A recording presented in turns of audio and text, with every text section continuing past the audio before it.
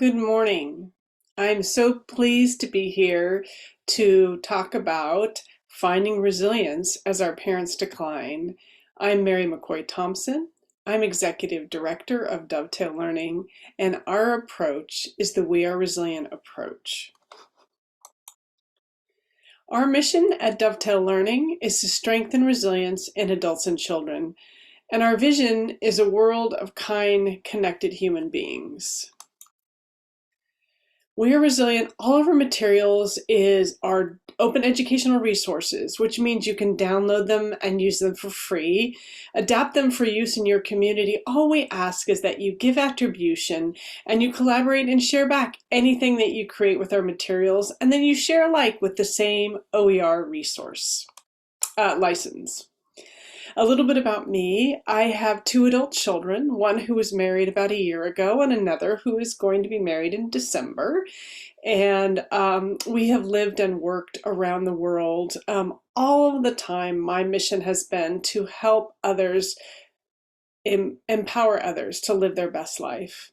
I have to say the last 7 years of my life have been preoccupied with caring for aging parents. This is my mother and stepfather, Gail and Vic. Vic passed away a year and a half ago, and my mother passed in February.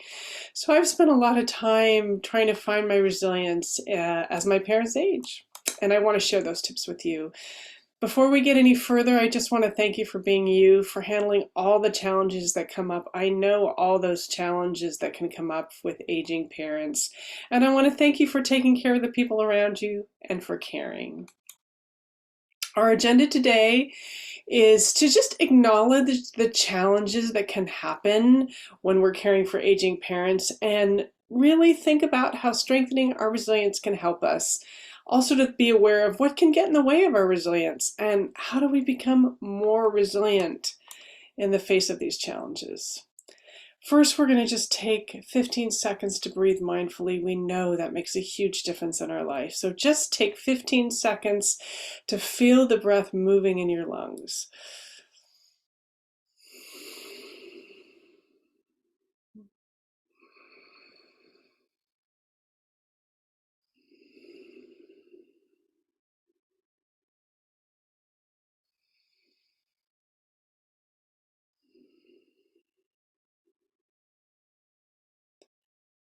Just those few seconds can help us feel more centered, and it's one of our centering skills that we encourage people to practice. It helps us notice ourselves. What kind of emotions are we feeling? How are we feeling today?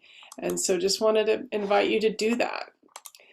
And with that, we're going to think about what challenges we face as we care for aging parents. You're welcome to put your questions or comments in the chat or put them in the Q&A as we go along. But what challenges do we face? Often, always almost, it's changes in our relationship. We were the children and they took care of us for many years, and maybe even as we were adults, they were still giving us advice and kind of carrying us through with their emotions. And now we are the ones caring for them. However that looks, it's a big change, and we have to deal with our emotions. And sometimes that's sadness, frustration. I know for me, there was all this worry and anxiety. A lot of it is the lack of knowledge, like what do we do? I don't know what to do. And there's so many situations that can come up, everything DMV and healthcare and money and finances and care, and all of these things come up. We find that we are forced to pivot quickly. Suddenly we're on one course, something happens, they break their leg, we're off on a different course. And we have financial burdens. Caring for parents is not inexpensive, and time, so often our hearts and our time is spent in caring with our parents. I just want to acknowledge that underneath it is two big questions we have as we deal with all this stress, and that's really, what will happen? How will this all go for us? And will I be up to the task? Those are the underlying questions for all of our frustrations because we don't know. Also, I want to acknowledge that it feels like a storm sometimes, like all these things are coming at us. They may need, care with their bodies, care with their minds, care with their finances, care with their health care. Underneath it, it's still a miracle. that we have these people in our lives, that we have these people that are beautiful, whether they cause us much frustration when we were younger or not, whether they cause us much frustration now. They're loving beings, and it's a miracle we have them in their life. And I just want to acknowledge we have to carry both the frustration and horrible challenges and all of that with the beautiful thing of having this relationship that matters so much. There are two ways to live. You can live as nothing is a miracle or everything is a miracle. And we want to just acknowledge the both of that. So before we get any further, this webinar is titled Finding Our Resilience. What is our resilience? What is it? Just a simple definition, resilience is the ability to adapt and respond to meet challenges effectively. And I just want to acknowledge that our resilience will be higher or lower in different situations. We'll be going along, we'll get a phone call about dad, and suddenly we just feel like the world is crashing in. Or they make a comment, we're like, oh my gosh, that feels like dementia. But I also want to acknowledge that our resilience can be strengthened through the practice of specific skills. And that is why we promote the We Are Resilient approach, because it can make such a difference. And it has made such a difference for me and many other people that I know and have been trained. I also want to acknowledge that resilience is an ordinary superpower. It does not come from rare and special qualities, but from the everyday magic of being human. This is why we named our approach We Are Resilient, because we already know, no matter how you're feeling today, and maybe you feel like you only have 5% in your resilience tank, we have resilience. We have resilience. I also want to say that resilience is also the awareness, mindsets, and skills to create the best version of ourselves and to contribute to our family, school, workplace, community, and the world. With all of those things, resilience can help raise us up from a life that feels stressed and maybe good enough to a life where we're really flourishing and can notice and feel the sacred moments that we all have. Resilience helps us flourish, thrive, be more effective, meet our deepest needs, connect better, be more authentic, center ourselves, learn to trust ourselves, and listen more deeply. All of these things can help us so much as our parents decline. So what can get in the way of resilience? First, I want to talk about our stress trigger reaction. So we're going along, doing our work, caring for our kids, being out in the community, whatever our everyday life looks like. And then there's a stress event that happens. We get the call, the caregiver's sick, or mom is not feeling well, or dad has lost his glasses, or the house doesn't have electricity. And we can move into our protective patterns. We can feel a peak of agitation, and it takes us a long time to calm down. We feel depleted afterwards. That stress trigger reaction does not feel good. This is our reactive resilience, and it gives us our protective patterns, how we react to the world. Let's look a little bit more deeply at what those protective patterns are so we understand what can be getting in the way of our resilience. These protective patterns can be our distrusting, hypervigilance, hyper-caretaking, avoiding, defending, and attacking. All of us have protective patterns. All of us have these patterns that help us in moments of stress, but if we're intentional and notice, we can also notice when they're not helping us. And that's part of the reason we talk about protective patterns, because if we're intentional about them, then we can use them more effectively. So what are they? Distrusting, for example. Do I doubt myself or others? That can be, oh my goodness, did I pay that bill for my mom? Oh, did my dad have that happen to him? Or I don't trust those doctors. I don't think they know what they're doing. Distrusting can get in the way of a lot of things. They can harm our relationship. Maybe we distrust what our parents are saying to us or how we feel, but it can also be helpful, right? It can be helpful because maybe those doctors aren't trustworthy. Maybe that healthcare system isn't doing, maybe that caregiver needs to be watched. So distrusting can hurt us and can also help us. We just have to be intentional. Hypervigilance, same way. Am I on constant high alert? What's going to happen now? Oh my goodness, she's broken her leg. Now what she's going to break next? Is she going to fall? Oh, she was exposed to COVID. Is she going to get COVID? There's so many things that we can be on high alert on for our parents. Or that can be helpful because maybe we need to be paying attention to their healthcare. Maybe we need to be paying attention to what that caregiver is doing. Or Maybe it's hurting us. Maybe we're so anxious on high alert, we cannot sleep. We're worried all the time. We're snapping at other people. So it's just something to think about, to be aware of how these protective patterns can impact us. We can be hyper caretaking. That's over prioritizing others at our own expense. And this can be a big issue when we're trying to care for either children or elders, or maybe both at the same time. We just give everything for them, and then we're exhausted and we cannot function. And that's not helpful to anyone. Hyper caretaking can be helpful in certain situations. I know when my mother broke her leg and was in the hospital for a week, that is what I had to do. I couldn't do anything but focus on her care for a week. And the other things in my life kind of fell backwards.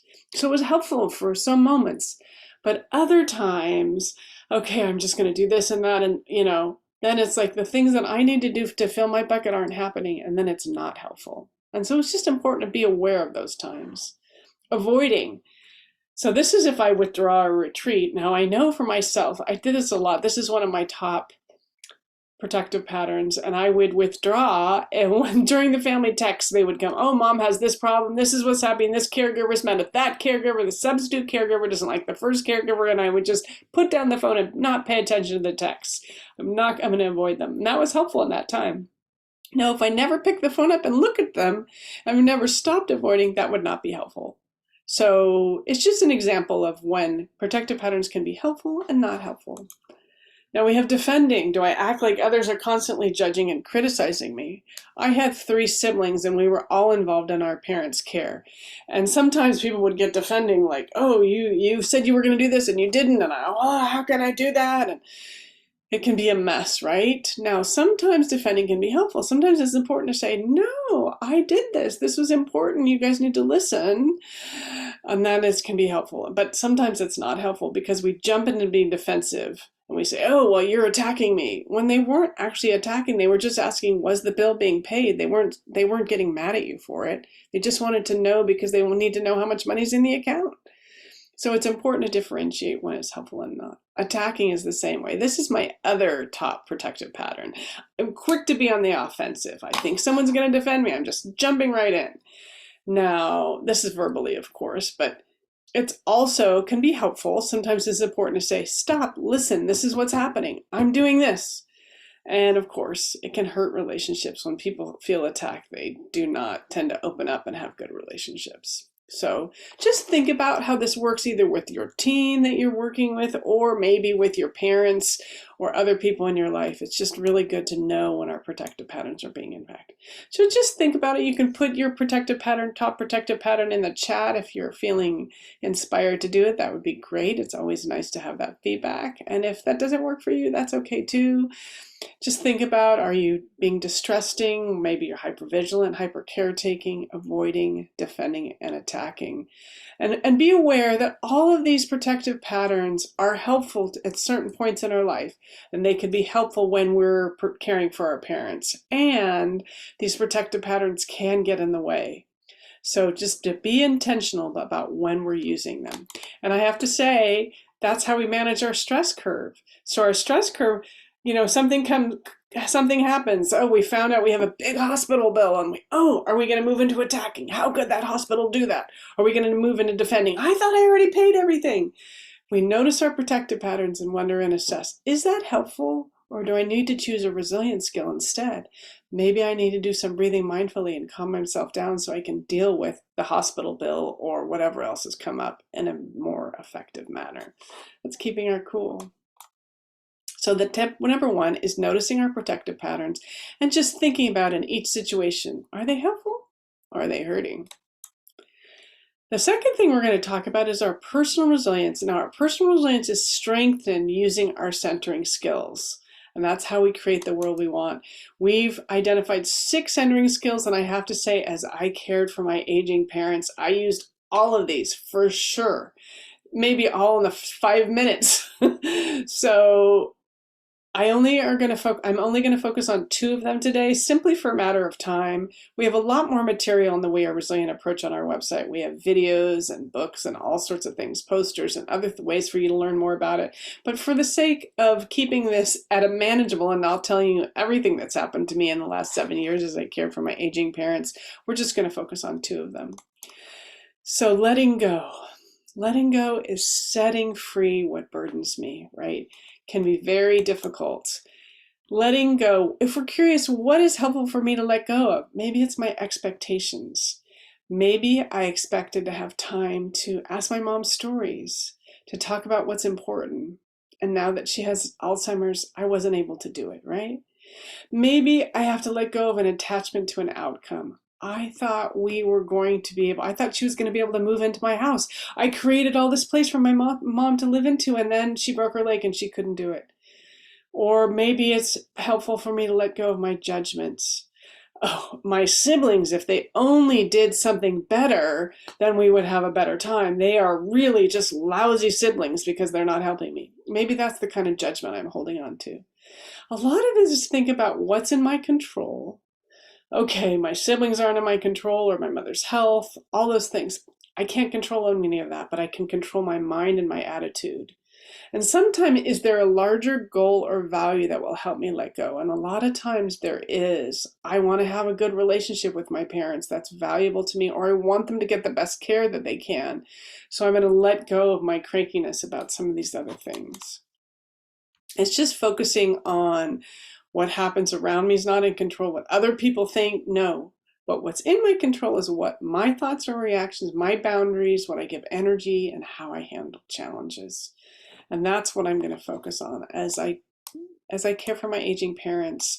It's important to think of letting go comes not from trying to change things, but from a different way of seeing things. When we see things differently, and we're like, okay, this is what was really at the heart of it's giving my mother the best years as she lives them, even as she declines, giving my stepfather the best thing he can, helping them be together, or my parents.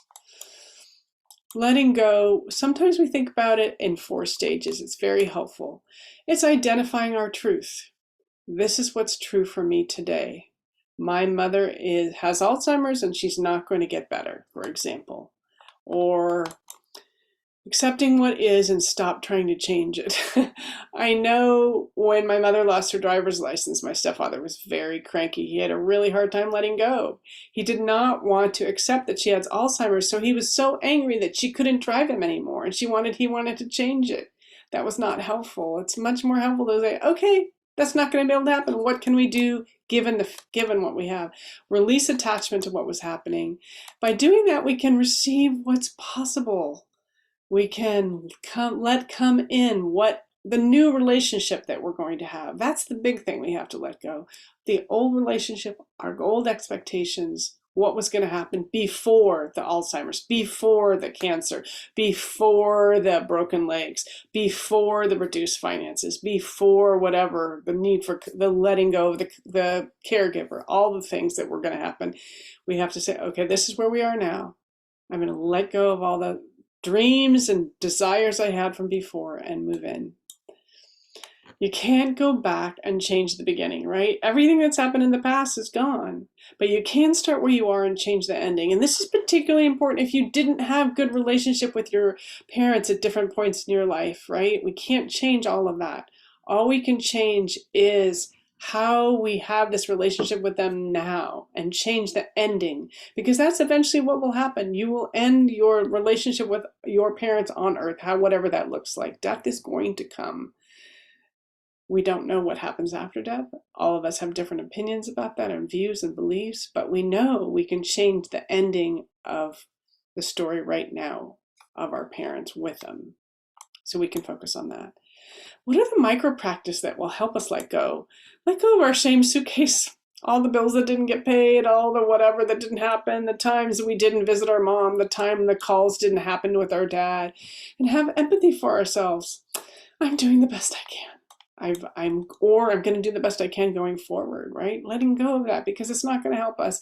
And letting go of judgment of them for all the things that they're doing. Have compassion for what they're going through. Getting old is really hard. The only thing worse is the alternative when you don't get to get old because you pass away. Let go of your negative attitude because it's not going to help. Letting go and loving more, that will help. So our second tip is to practice letting go.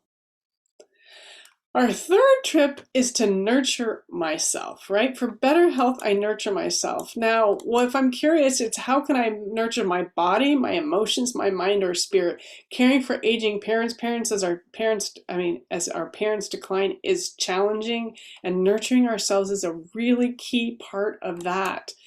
And by practicing self-compassion, I'm like, wow, I am carrying so much. What can I do nice for myself today? How can I nurture my joy? And honestly, I'm not talking necessarily about a full day at the spa, though. Maybe you can get that. Maybe it's 5 minutes to walk outside and take a deep breath.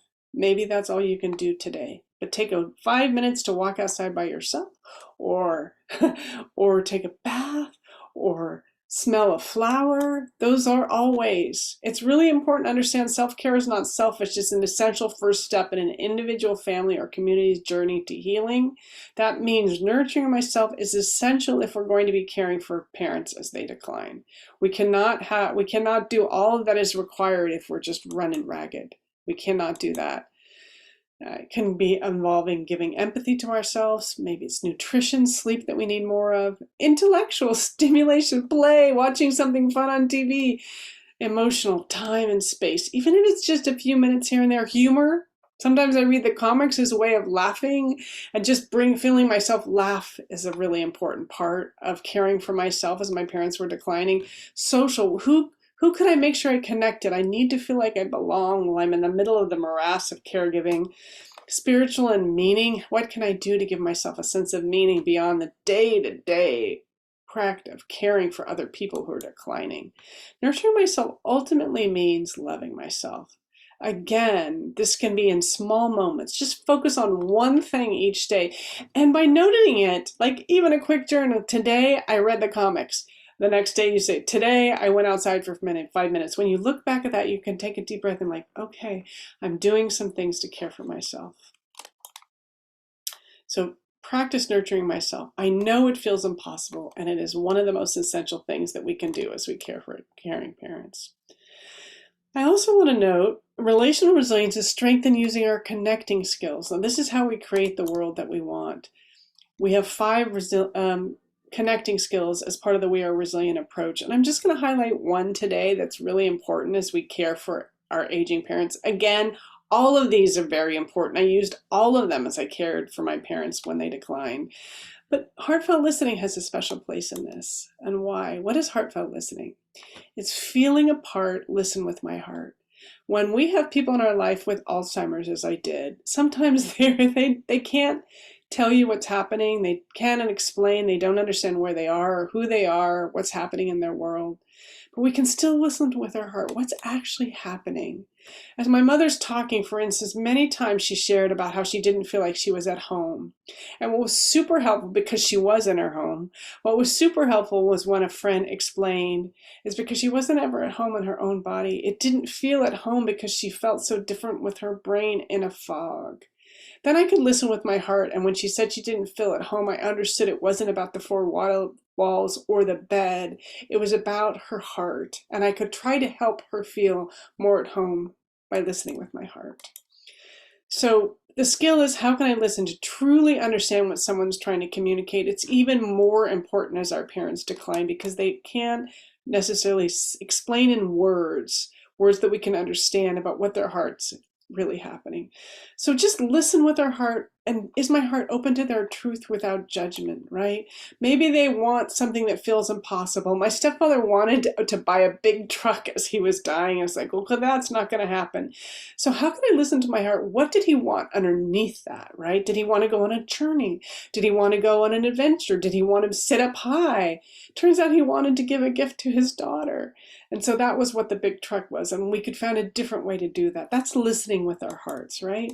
This involves listening non-judgmentally, really taking in what we hear and giving space for the other person to share in an open environment, and often listening beyond the words. Obviously, this means putting down your devices when someone's talking to you. And listening openly to what they are saying without thinking about your response. And thinking about what are you feeling deep inside when someone is speaking, even if what they're saying because they have Alzheimer's or other health issues is not what they mean. When parents are dying with cancer, when my dad was dying with cancer, I know that I had to listen with my heart for what was he saying beyond the words, which was, I love you. That's what he was saying when he was giving away his belongings, when he was talking about other things. That's listening with our heart. And then we can respond in the way that's most appropriate. Tip number 4 is practice heartfelt listening. Tip number 5 is using our collaborating skills. It's group resilience is strengthened using collaborating skills. That's how we create the world we need. Again, 5 skills that we teach at Dovetail Learning and the We Are Resilient approach. The one I'm going to focus on today is appreciating others. So I know that a lot of people do this and they don't feel like they have a team. They might be only children, or maybe their siblings are estranged, or maybe they live far away. I have to say, any appreciation we can give to anyone who contributes at all helps us and helps them. For me, I had 3 siblings, and honestly, we don't always get along. And there was definitely times in this period that we did not get along. But the more we communicated what we appreciated about each other, the more we said thank you, the better it worked. It was like the WD-40 on the relationships, on the caring for our parents. Thinking about what I appreciate about others' genius qualities or skills. My sister brings a legal perspective. My brother has a financial. My other brother was really right on with my mom every day in our house, thinking about the everyday practical things. They all brought different contributions to the group. And by focusing and appreciating what they brought in the group, I didn't have to spend time on all the things that weren't happening, that they weren't doing, that I wanted them to do, right? It's important to think about this and communicating in ways that others can appreciate it. It could be acts of service, right? I know for my sister, like being able to take care of some of the logistical details when she thought she had to do them. That was how she was so appreciative of that. Sometimes it's just a gift, flowers, lunch. I sent my brother's wife some flowers recently. She was so happy about that. Quality time. Sometimes just like picking up the phone and talking to people. I know I spent a lot of time doing that with my siblings as my mom was declining, to make sure that people felt heard. They had that special appreciation. Words of appreciation. We send so many thank yous on our group text because that's the only way we can feel appreciated and we can keep moving forward together. And of course, physical touch is one that helps, but not without permission. So just thinking about, can you find one thing to appreciate about anybody you find challenging and sharing it with them? And if you're working as a team to care for parents, try doing that regularly. Killing them with kindness is just a way to talk about it. When you're appreciating other people, it impacts you and your relationship, and you can do this better and more effectively. So appreciate others. If you guys have any questions, please put them in the chat or in the Q&A. I'd love to interact with anybody who has questions. I just want to tell you the We Are Resilient approach, all of this material came from that. It's a conceptual approach. As you can see, it has things to think about in our head, but also it's really about how we integrate into our lived experience, how it changes our heart so we can be the people we want to be, and it gives us concrete tips for how we can do that. The We Are Resilient approach is made up of 3 mindsets: curiosity, choice, and courage. They guide us in using our patterns and skills. The patterns that we talked about today are protective patterns. That's how we react to the world when we're feeling stressed. And our cultural patterns, that's how we view the world. Our skills, our centering skills, connecting and collaborating skills, all those skills together are how we create our world. Again, so much material on our website about this, many more free webinars. We'd love you to join. If you have any questions or comments, please put them in the chat or Q&A. Just a recap of the 5 tips, that was a mistake. Notice your protective patterns. Understand your centering skills of letting go. Let go of all of your expectations and judgments so you can be present to what is actually happening as your parents decline. Spend time nurturing yourself, even if it's just a few minutes a day. You have to get your tank filled. Going through this process on a 5% resilient tank is not the way that we're going to be able to be the best people we can be for our parents or ourselves. Even if that means creating healthy boundaries and sometimes saying, no, Mom, I'm not going to call you tomorrow. No, Mom, I can't visit you. No, Dad, I'm not going to be able to drive you to the doctor. Sometimes we have to create those boundaries, and sometimes that's a part of nurturing myself. Sometimes heartfelt listening is really important, listening to what our parents want as they age. They are independent adults, even if they're Alzheimer's and feel completely dependent on you. They have a right and to say what they want. Even if they can't say it, try to listen and feel what's underneath their words. And then appreciate all the people on the team, whether that's your doctors or your care providers or caregivers or siblings, or maybe whether you're doing this all by yourself, somebody who just calls the phone to say, hello, how are you? Appreciate all those people, and that really makes a difference. We have lots of resources. I said all of our materials are open educational resources. We have a book on practical skills for resilience, many books actually. We have lots of videos, digital downloads you can all get to learn more about this. I'm also happy to have one-on-one conversations. I'll be sending this material out to everyone who's signed up for this webinar. You'll get this video. You'll also get the PDFs of the slides so you can review all this material, and you'll get my email and phone number. Feel free to email me or call me and we can set up a time to talk. I have been through this journey. I know that it's really challenging and I'm here to support you. I hope you have a wonderful day. Thank you for attending this webinar. Take care. Bye-bye.